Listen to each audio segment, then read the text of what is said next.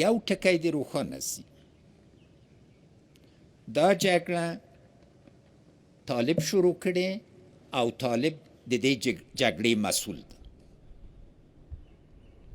موږ سوله غوښته، موږ سولې دپاره منظمترین پلان، منسجمترین طرح او د قربانۍ ورکولو دپاره آمادګي نړۍ ته خپل ولس ته څرګنده کړه. که سیاسي د حل لاره غواړي، خو سبا راسي انتخابات ومني. موږ ویلې سبا انتخابات ته تیار یو. موږ قدرت ته نه یو راغلي، موږ خدمت ته راغلي او دا ټول امنیتي و دفاعي قوا هر یو رضاکار ده، هر یو د دې وطن ریښتني بچیان او زمریان دي.